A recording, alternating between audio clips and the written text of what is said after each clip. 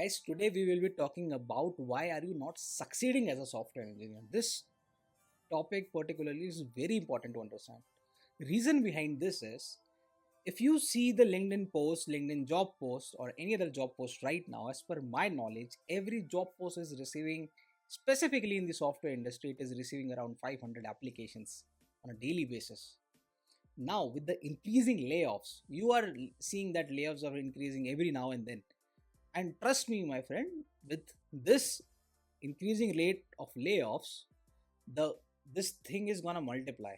The number of job people would be applying would multiply.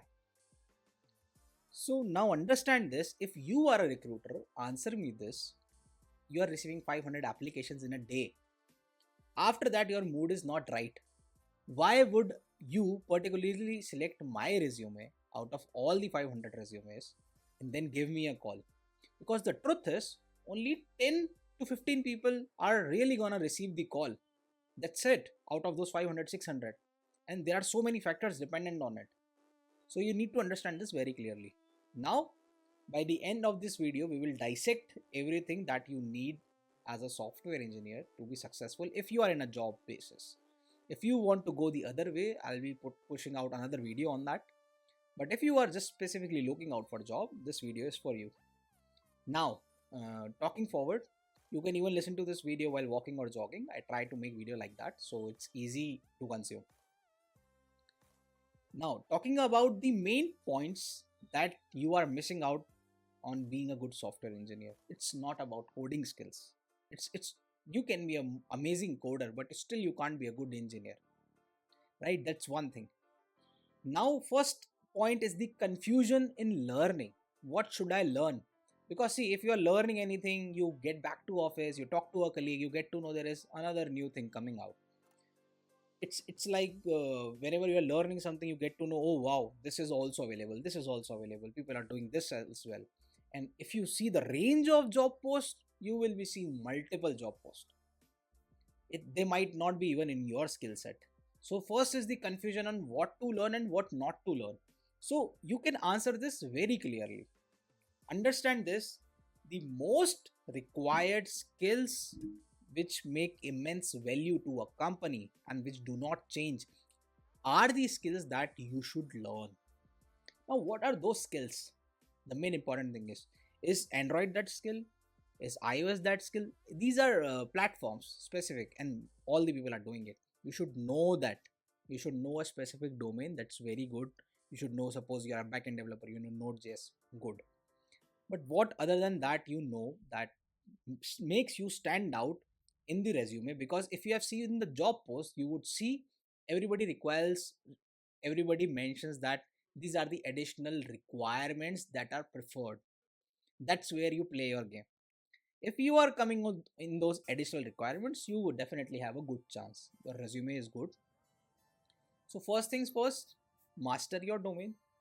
Make sure you know something of backend, something of front end, something about the cloud, at least how to deploy things, at least how to make it scalable. That's it. I'm not talking about cost, security, XYZ right now, but at least these basic things that you should know. You should know one database. A database good. I'll say MongoDB is the most used for the non-relational databases, because people who don't know relational queries are looking out for MongoDB, and I'm seeing this trend. So if you know MongoDB, you also have a good chance there. But if you know MySQL, amazing on that part. Now for optimization part, you should definitely know how to automate the basic DevOps thing like CI/CD. You do not need to learn the entire CI/CD. You can just learn about the GitHub Actions. That the GitHub Actions workflow, if you have read about it, if you know about it, you can search for it. You can just, even if you learn that, that is good enough for you. Now, the confusion is clear. What skills are the best for the company? You should learn that and you should have those skills. You can't just depend on one skill. Now, the second point is I have seen the maximum growth of people. Suppose if person is has started out as a Java engineer or doing a Android application. The maximum growth I have seen is either they are doing React Native, Flutter, or if you are a backend developer, you started from PHP, you have shifted to Node. People are not learning more than that. I'm not talking about all the people, I'm talking about majority of the people here. So if you are one of them, listen to this very carefully. One skill is good, but you need to know the different aspects of it. You need to know the frameworks, what's coming in, what's coming out. You should be able to read the documentation well. If you can read any documentation well, you should have a habit of reading the documentation, because all the solutions of a problem are almost there in the documentation. It has helped me for so long. That's why I'm sharing with you. And it is helping people out there, senior people out there. So you should definitely know how to do documentation, and your growth should be horizontal and vertical. It's not, should not be just one domain and you are sticking to it, because after 5 years you would be asking to, say, I'm just talking about job right now, so you would be saying, please increase my salary or things like that. Now understand this, my friend. New talent is coming, they are learning new technology, and it's good. You should also be updated. So you should always diversify your learning. Third point is your interviewing skills. We are, whenever we give an interview, we are just waiting for the other person to ask, and we are just sitting like this and answering in one word. We are scared. We are just sitting like a robotic machine answering things out.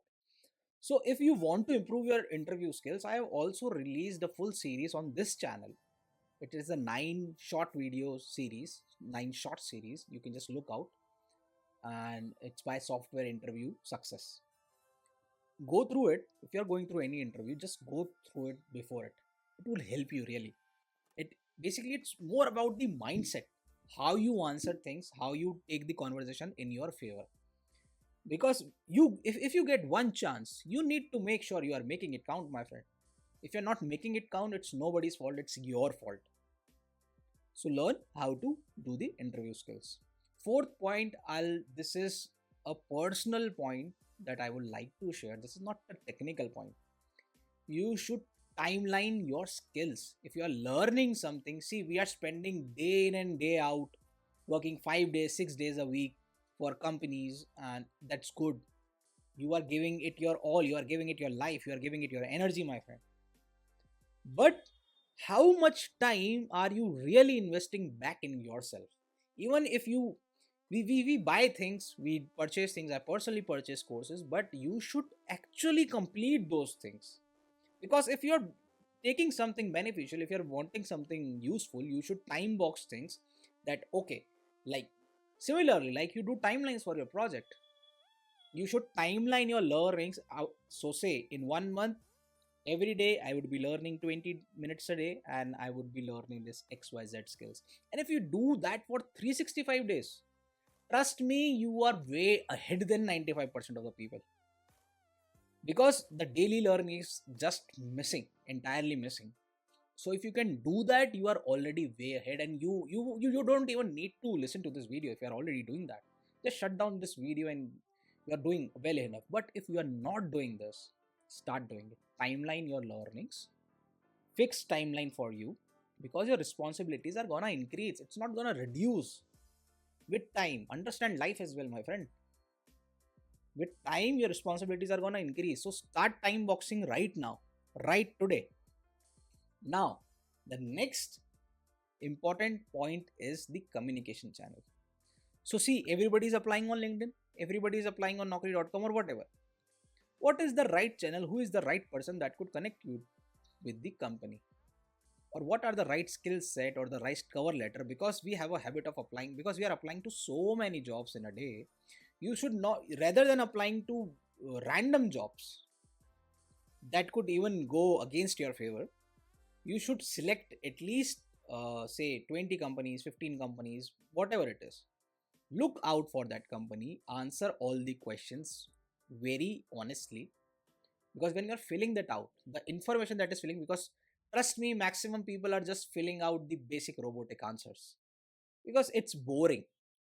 But if you are answering it better, if you answer it correctly, your chances increase, because the interviewer sees, oh, something different. you got the attention, because you cannot just go with the interviewer and sit with him and say select my resume. That's not gonna happen. You can only do what's possible, right? So the communication channel and right answers are very important. Next comes your portfolio. Make sure your resumes shows your portfolio very well. And if you are just starting out, if you are doing an internship, mention that also clearly. What you did, what you didn't did, what you learned. What's the key thing that you help solve? Because everybody is just interested in what you solve. How can you benefit the company? It's not about I received, that's good. Everything is good. But if you are not providing immense value to the company, they don't care.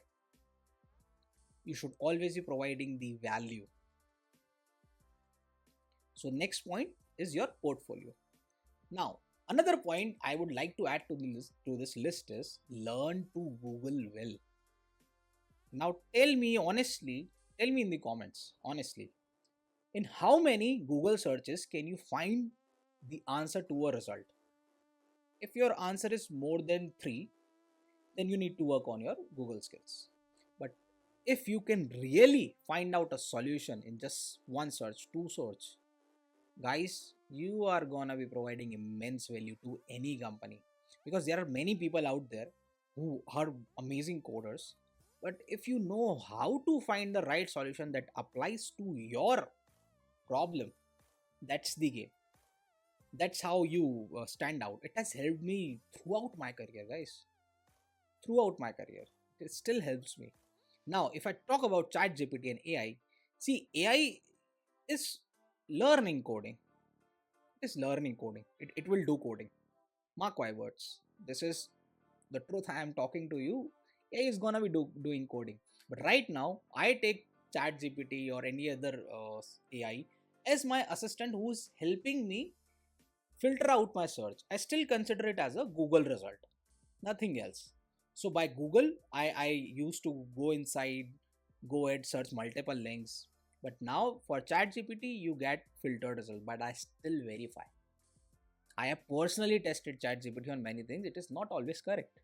It is a LLM model that predicts the next token. That's it. So it is amazing, but you should use it as a search result. You should use it as a tool. Use it more often. Pledge yourself that you should use AI daily.